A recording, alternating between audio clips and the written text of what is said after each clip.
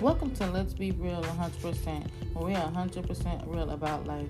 We know that life happens and we are here to talk about it. And when I say we, I'm talking about it's all God and little old me. Join us as we jump into our topic today.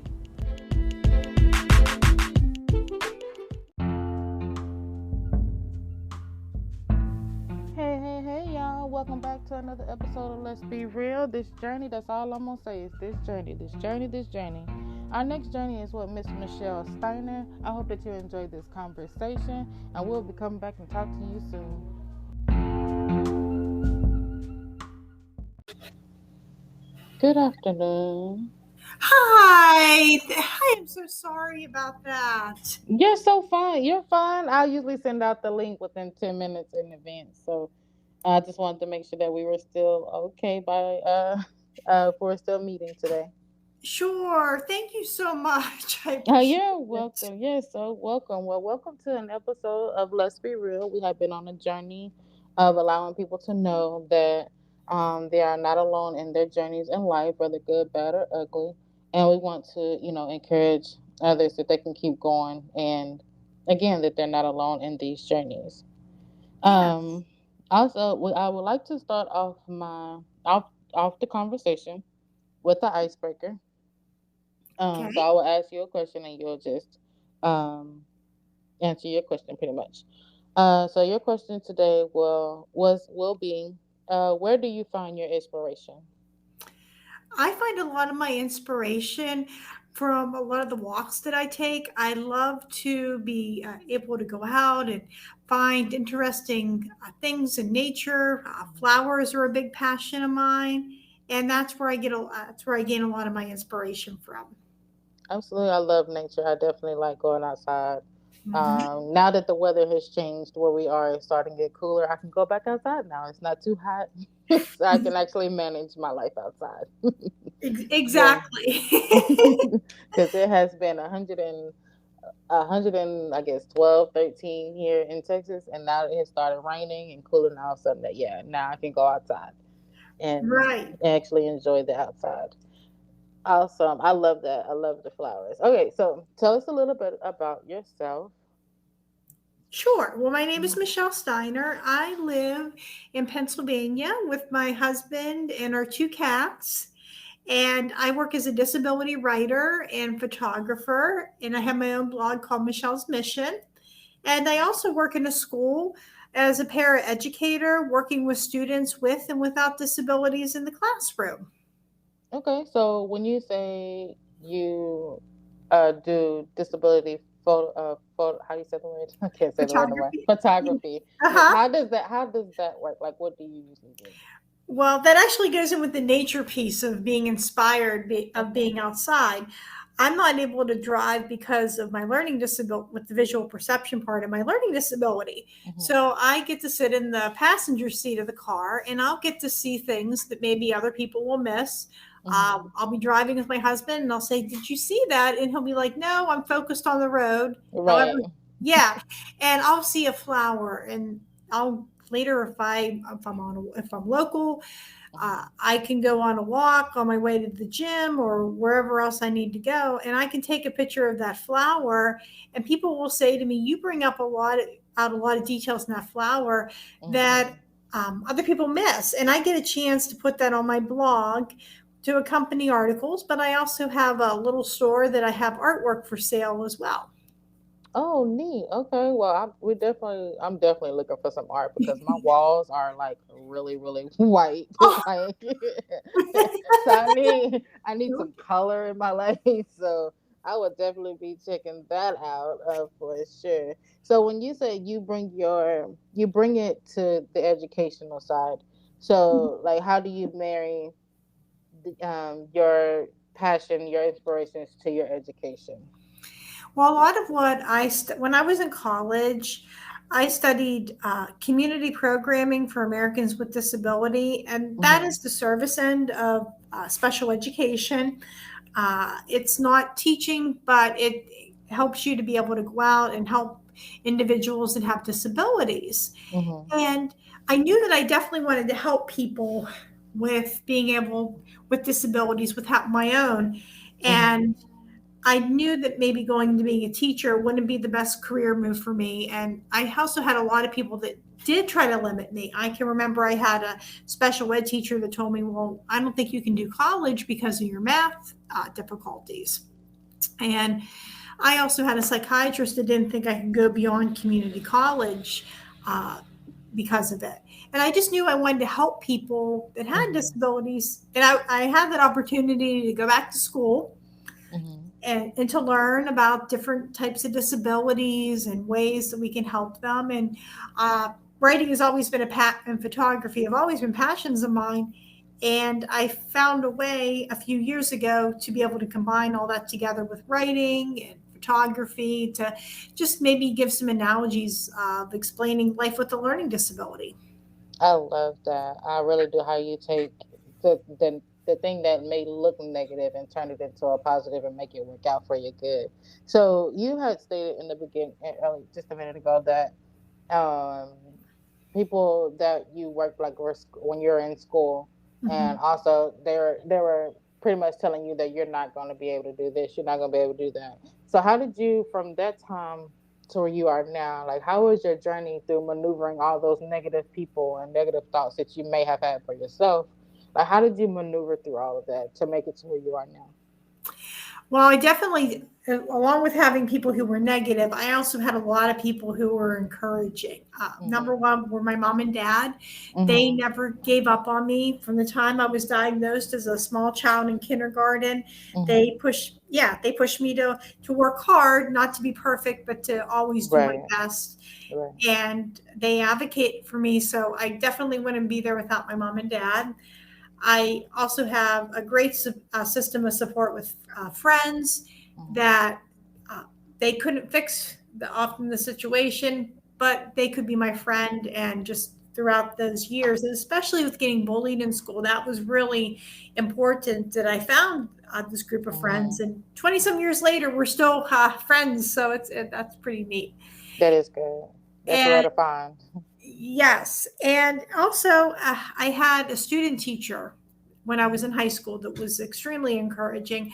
I can remember when everyone was saying I couldn't do it, she told me, you can go to college, you know how to Mhm. study. Right. And sometimes that was the voice that I heard when it was really difficult. So whenever you were going through all those negativity thoughts and Mhm. whatever people were telling you, you just I immediately thought of something positive. Um, to what's the word I'm looking for? To erase all of the negative that came your way, pretty much, right? Exactly, definitely. I've been really blessed to have a lot of encouraging people in my life. And that's really good, especially if you have friends that's been with you, say 27 years. That's definitely a Mhm. blessing. And it's hard to find people that will stick with you, through the thick and thin of the life's journeys. So, um, when you stated that you're a disability writer, like what does a disability writer do? Well, I write articles related to my experience with having a learning disability. I began with my first article that I had published on the Mighty about my struggle with opening up doors with limited hand dexterity. Mm-hmm. I can remember the people that I'm still friends with all those years later. A lot of them are in a writing group that I'm at, and we're Mm-hmm. still meeting. And I can remember when I first started, I was writing some bad poetry and some other really cringeworthy things. And I had a friend that told me, you really should write about having a learning disability. And I kind of shied away from that for a lot of Mm-hmm. years. And Mm-hmm. when I finally got the courage years later to write that first article, it was one of the most healing things that I've ever done. And Mm-hmm. it encouraged me to write more articles. And I started a blog. And I just had that connection with a lot of other people with writing content about having a learning disability and just being able to explain it to people. And some of the people they have one themselves, so they definitely Mm-hmm. understand, and they say, well, that's my experience or my story, and I thought I was the only one that struggled with it. Right. Yeah, and a lot of times I also get maybe people that don't understand what learning disabilities are, and that's an educational opportunity for me to show what my experience has been like. Right. So that was gonna be my next question. So like if you could tell us exactly like including with your story, like what does a learning disability look like or what does it like how can you explain to someone who don't know about what a learning disability is and what it can consist of? How can you break that down to that person? Sure.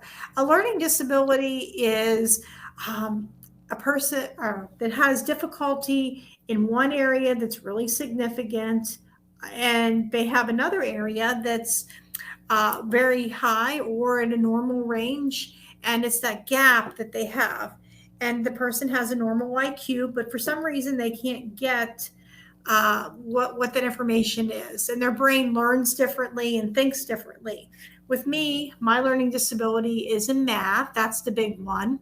I Mm-hmm. don't understand how numbers work, and Mm-hmm. it also can go beyond just not being able to uh, understand how how problems will work in math. Mm-hmm. I get things such as I get my directions confused, my left from my right. I'm not able Mm-hmm. to read an analog clock. And I also have limited hand dexterity in both of my hands. And I have visual perception issues, but that's in my brain, not in my eyes. Mm-hmm. But other people that have learning disabilities, they can have things such as dyslexia, trouble with Mm-hmm. reading, Mm-hmm. language impairments, dysgraphia, trouble with writing, and my handwriting is definitely not neat by any regards. But sometimes people can have a hard time with how do I get these ideas out on Mm-hmm. paper, and there's a lot of, and some of them they can affect your eye hand coordination, and there's just a lot of different types of learning disabilities that are out there. And even if somebody has the same thing, dyscalculia or dyscalculia, Mm-hmm. depending on how you pronounce it, that I do, everybody's going to experience it in a different way.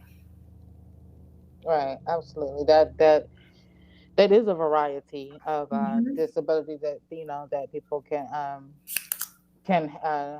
deal with on a daily basis. So like, what would be the what would be your I guess if somebody was to find out that they had a disability and they don't Mhm. know what to do next with well, what would your advice be to them? My first advice for someone that finds out they have a disability, whether it's a learning Mm-hmm. disability or another type, is to learn as much about it as they possibly can.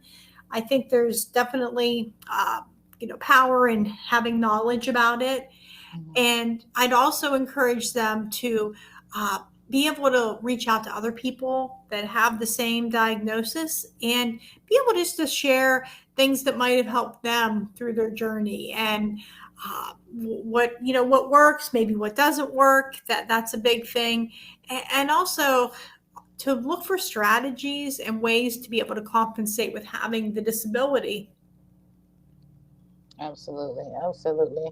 So I was reading through some on your blog. Hmm. The pictures are really pretty. Like you do get a part of the flower that others really truly don't get, and I'm definitely fascinated about those. Well, thank you. So on the top where it says about me, so when you published an article on the mighty, what was that about? The first article that I published was my struggle with limited hand dexterity Mm-hmm. with opening up locks. And it was about, the prompt was list a seemingly ordinary task that's very hard Mm-hmm. for you to do with your disability. And opening up locks and anything with the fine motor skills is really difficult for me.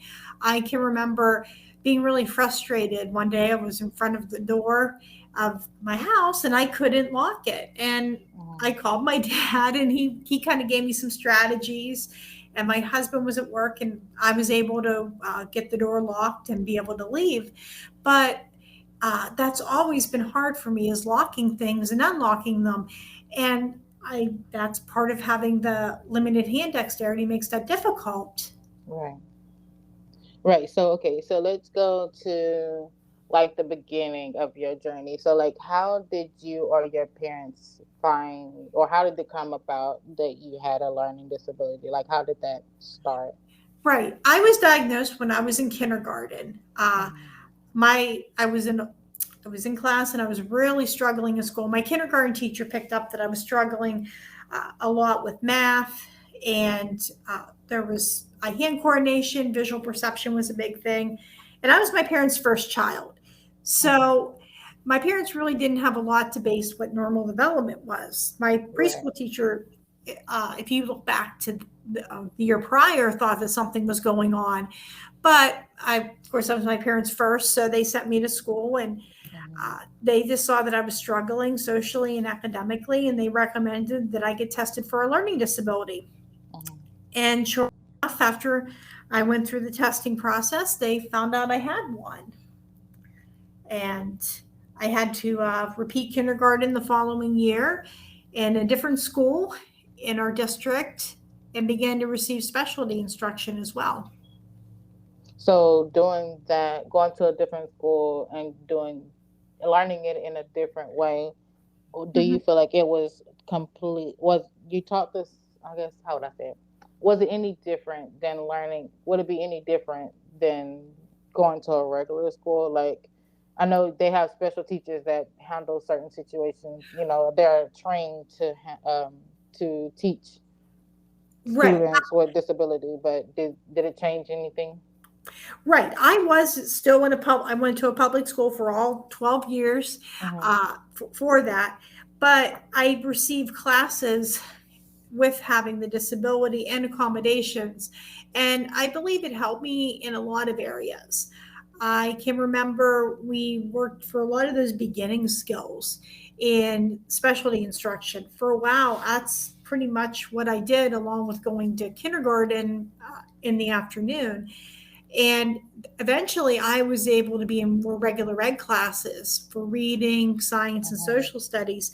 And they still did accommodations for me, such as having the test read aloud and extended Right. test time.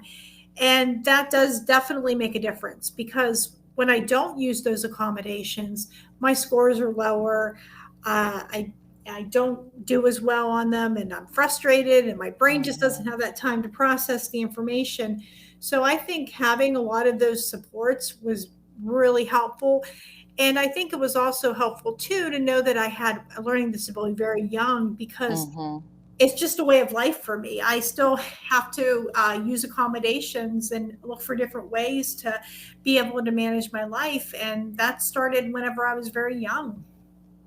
Yeah, so you're able to now that you're older, you're more comfortable. I'm not gonna say comfortable in it because nothing's it's comfortable, but you're able to stand in confidence of like, okay, you know what, you feel you're happy about yourself where you are.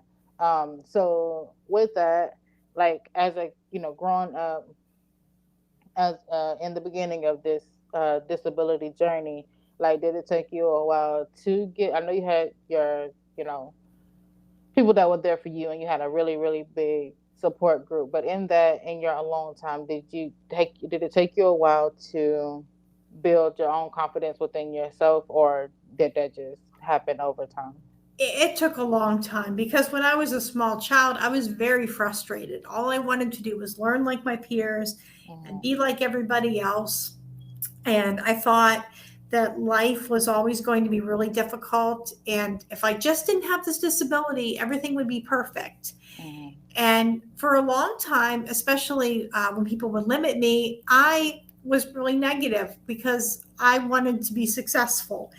And I just felt like, once again, the disability was what was holding me back. And it was almost like like a mourning process. I had to Hmm. grieve, yeah, that life that somebody uh, that loss of wanting to be someone that was neurotypical, Right. and learning that I'm neurodiverse. And once I went to college, to university, and I used the accommodations, and I had everything was falling in place for me to go back to school, and I got my bachelor's degree. I think that's when my confidence began to soar a lot. Hmm. And I accepted, okay, I have a learning disability. That's not a bad thing. This is what I need to do to be successful. And I just found that so rewarding to be able to go and help others that have disabilities just uh, be able to feel proud of having their disability and showing them ways that they can still find happiness even with Hmm. having one. Right. Because there is in life, you learn how to still live a happy and joyful life and enjoy life even Hmm. with those kind of limitations. Because you can still, enjoy life, like you said. So when you said you had got your was the bachelor's, right? And Yes. that's when your confidence came about. So like, is it when you got the degree, or is it just like when you stood in the mirror and say, you know what?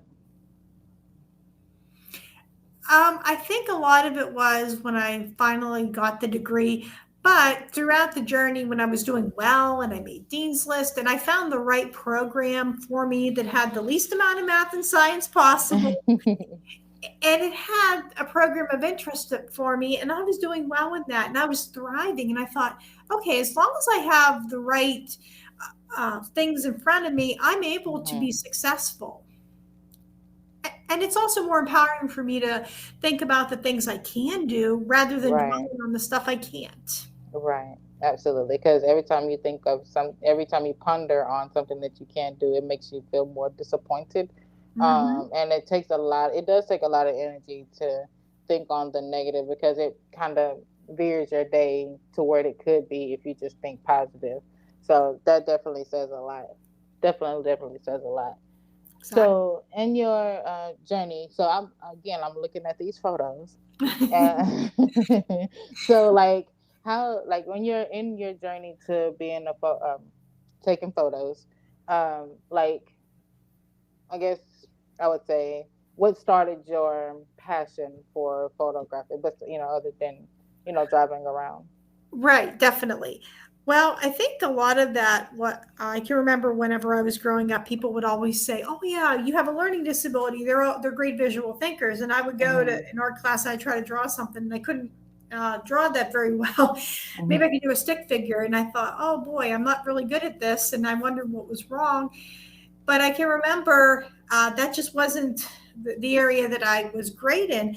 And I can remember I went to prom and I took a picture of a tree in the lobby of a hotel that we were at.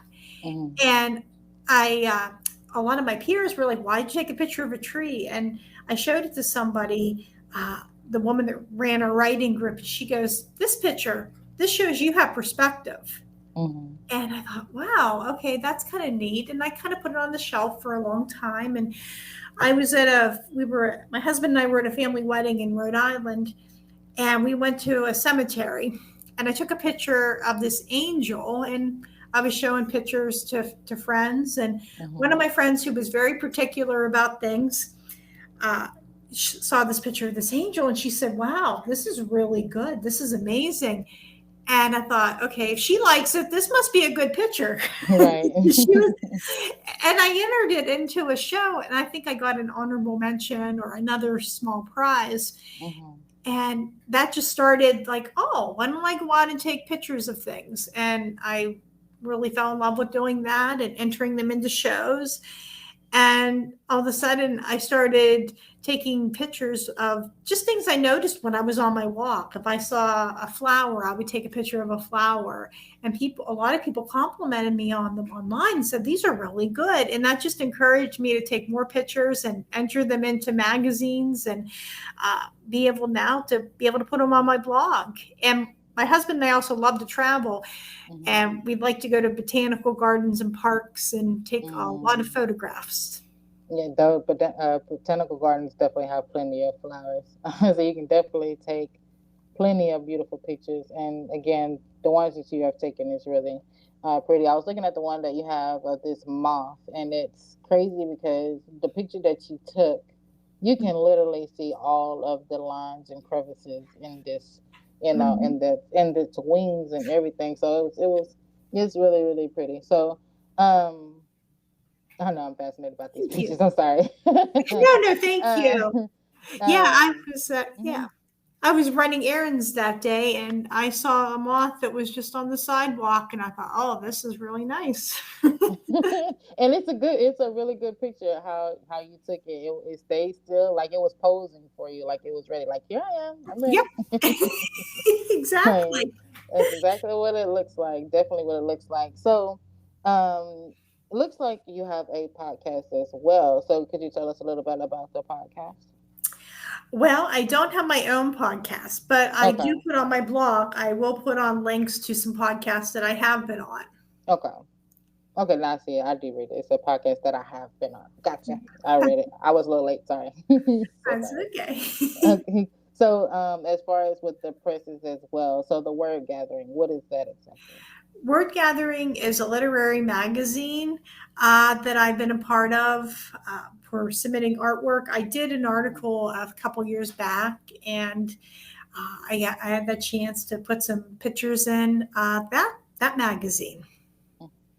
Okay, and then also with the nonverbal learning project, the same way.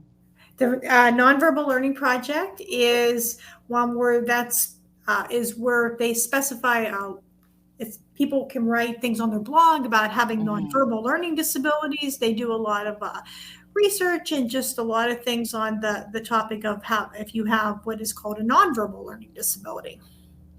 Okay, so what would you consider a nonverbal disability? A nonverbal learning disability, it's not officially a diagnosis just yet. That project is trying to change that.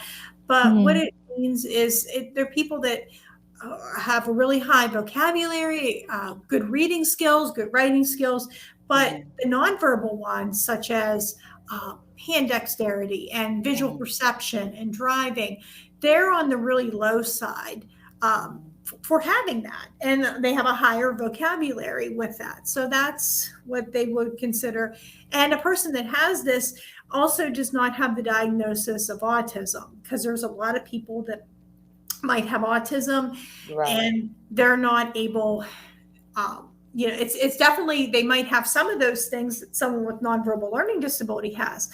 but if the person is able usually to read facial expressions, is able to, is definitely not, doesn't have autism.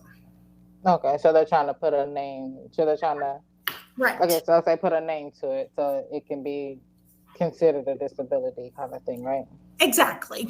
Okay, makes total sense. Because I was reading, I was like, what is a nonverbal? So like, is there mute? Or, I was just going Yeah. through my mind like, what happened in nonverbal? I'm thinking you can't talk. Something happened. Right, right, Yeah. right. No, I know the name can be kind of misleading too because it makes it sound like that someone's not able to speak or communicate. Yeah, but Mm. yeah, No, you're fine. I'm glad you was able to break that down to me because no, no, I'm yeah. I be reading over stuff, be overthinking everything. So I think that's a disability. Just saying. Oh, I'm just no. saying. Absolutely. But okay, so like with that in your story, what would you tell? How would you encourage the person that has the disability, who is frustrated and not knowing, and not understanding what to happen, what can happen next, or what they do need to do next? What would you tell this person? I would tell the person to reach out and see what services are offered. I know that Hmm. I've have used places such as Office for Vocational Rehabilitation. They help me to pay for the testing for having a learning disability and with going back to school. But there's also other agencies that are out there, and I also encourage people that have them to. Look for other groups where people can meet, because sometimes I think that's important, that you get that chance to meet with other individuals that have maybe your disability or have a Hmm. similar one. And yeah, you're able to connect with each other. And I'd also really like to tell people to know what they want and to be able to encourage them to be able to find a way to do it. And sometimes the success that you get, it may not come in the package that you wanted, but it Right. might be something even better. Right, absolutely, absolutely. So everybody's journey pretty much is different when it comes Mhm. down to how they handle or communicate with their disability. The process of learning how to deal with it is different for everybody, correct? Yes, exactly. Everybody has a different way of dealing with that, and everybody has different ways on what they can do and what they're not able to do, or sometimes they just need a different way to do it. And people have a lot of different. It's just a different experience for everybody. Absolutely, absolutely. If you could tell others where they can find you, or if they could reach out to you in any way, shape, or Sure. form. I'd be happy to. You can find me at my blog, michellesmission.net, and I'm also on Facebook and Instagram as well. Awesome, awesome, definitely. So if you could give out like one resource to like that deals with all around disability, like is there like a website that you can give that people can start off by looking for the assistance? I would tell people if they're looking for some assistance with that, they might want to look for an Office of Vocational Rehabilitation in their community. They should have one in their area. That's a good resource if you're just to kind of give you maybe a direction on where to go with that. And I also encourage the National Learning Disabilities Association is great, and so is Understood. Okay, so this is all a world, all around the world kind of thing. Like they have one in different the United States and. OVR is United States because it's a Mhm, federal program, mhm. but uh, National Learning Disabilities Association, I think they have ones in other parts of the world and Understood as well. They can give they give information on just types of learning disabilities. Okay, so that's definitely a good resource to go to, because Yes. like you said, even if you don't know that you have a disability, it's good to go know at least go find out if you do or not. So you'll be able to know um, what to do next with that. So, any last encouraging words you would like to give to the people? No, you said I'm a lot, but any other encouraging words? sure. I would just love to just encourage people through their journey to not give up and to just hang in there. Absolutely, absolutely.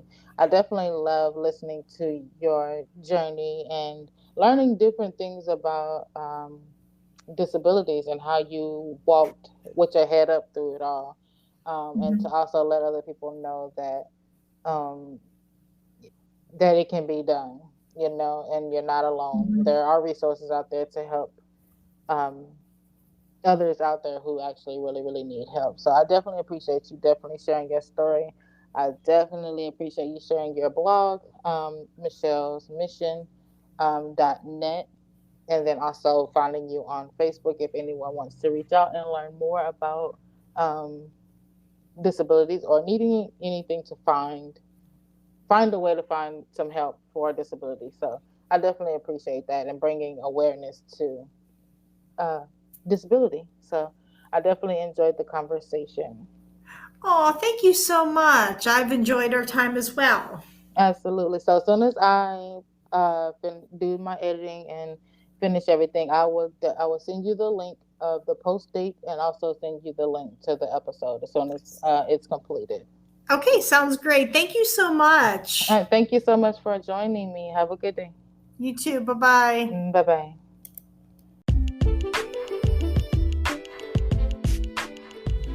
Thank you for listening to Let's Be Real 100%, when we're 100% real about life.